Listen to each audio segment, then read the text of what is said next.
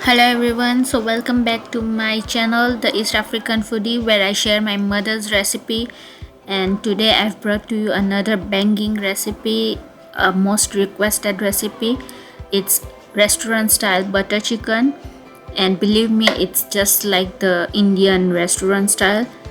For that, I've taken half kilo of boneless chicken, marinate it with a full tablespoon of paprika powder, a bit of red chili powder, turmeric, salt to taste, ginger garlic paste. Now the amount and quantity of the ingredients vary according to your chicken, so just trust your gut in this and add the ginger garlic paste according to how much chicken you have. Then let it marinate for about 30 minutes minimum.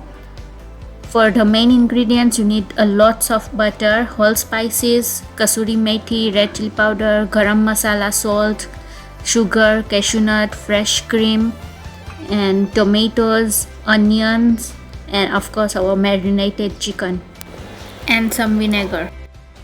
So let's make butter masala for butter chicken. So I'll take about 2 tablespoons of butter. To this I'll add 1 teaspoon of paprika powder, Spanish paprika, 1 teaspoon of kasuri methi, then some cinnamon sticks, 3 cloves and half teaspoon of whole black pepper.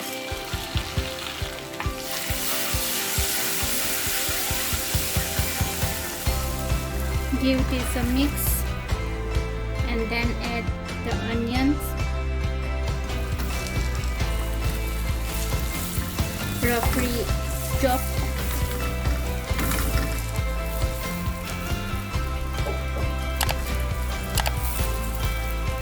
half teaspoon of red chili powder and half teaspoon of garam masala.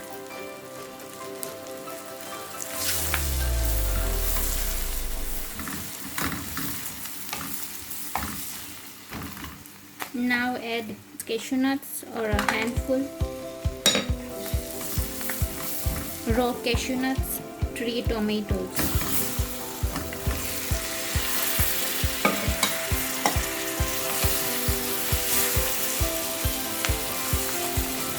To this we'll add about half tablespoon of vinegar. I'm using white vinegar. If you have malt vinegar, you can also use that. And 1 tablespoon of sugar, salt to taste.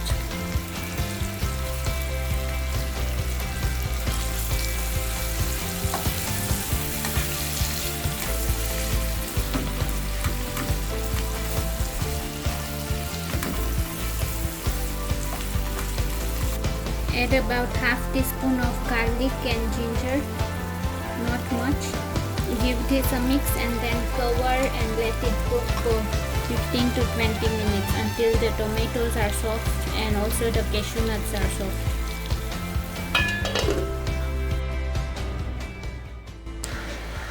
Our butter masala is ready. As you can see, the tomatoes are fully cooked and so is the onions and cashew nuts. So now we'll transfer it into a powerful blender and we'll blend this mixture into a very fine paste. Do not add water at this point, but let it blend once or twice, and then if you feel the mixture is too thick and it's not blending, then only add a little bit of water just to get that blending consistency.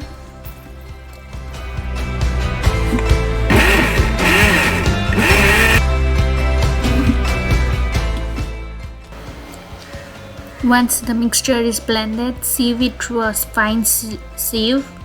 You can also sieve it through a muslin cloth if you want a really velvety gravy, but I'm just using a sieve and a bit of more water to get all the paste, butter masala paste out.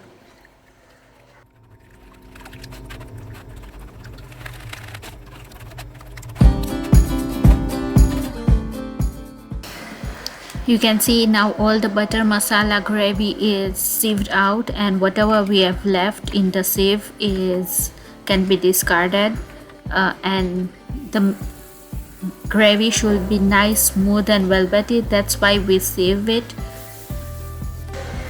Now our gravy is ready, so let's keep it aside and move to our chicken.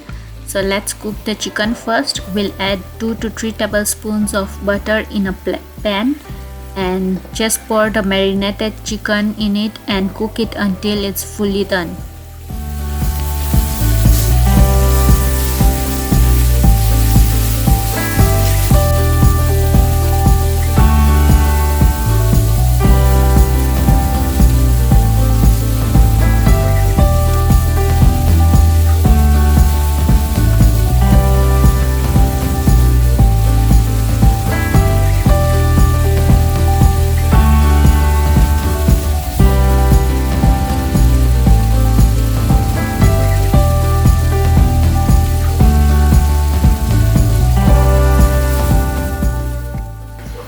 Once the chicken is fully cooked and ready, remove it in another bowl, and we'll do the vagar of the butter masala and assemble our butter chicken. So for that, I've taken 1 tablespoon of butter.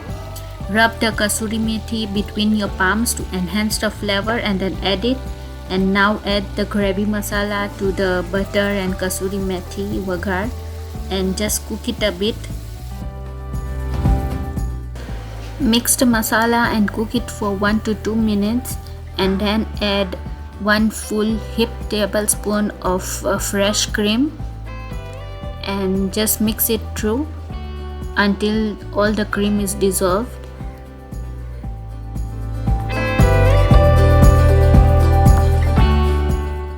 Now to this we'll add the cooked chicken which we kept aside with all the butter and juices it left out. So do not miss out on any of the juices and butter which is remaining in the bowl. Add it all in the gravy and cook this for another 2 or 3 minutes.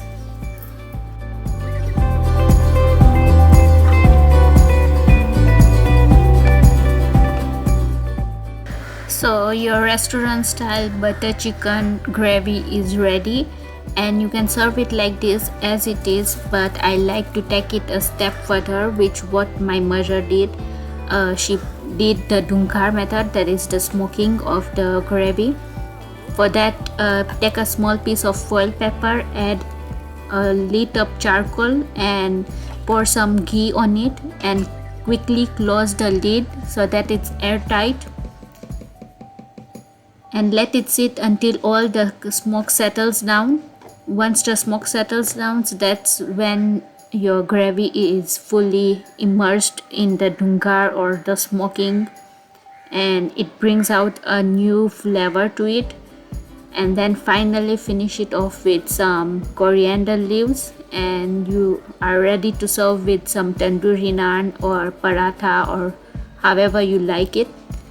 So I hope you enjoyed this recipe and do try it out. If you do, please tag me. I will be happy to see your results and your feedback, and you can also comment down below if you have any questions regarding this recipe. And yeah, do not forget to subscribe, like and share this video. And also, if you are kind enough, you can follow me on my Instagram handle, same as my YouTube channel, eastafrican.foodie, and enjoy.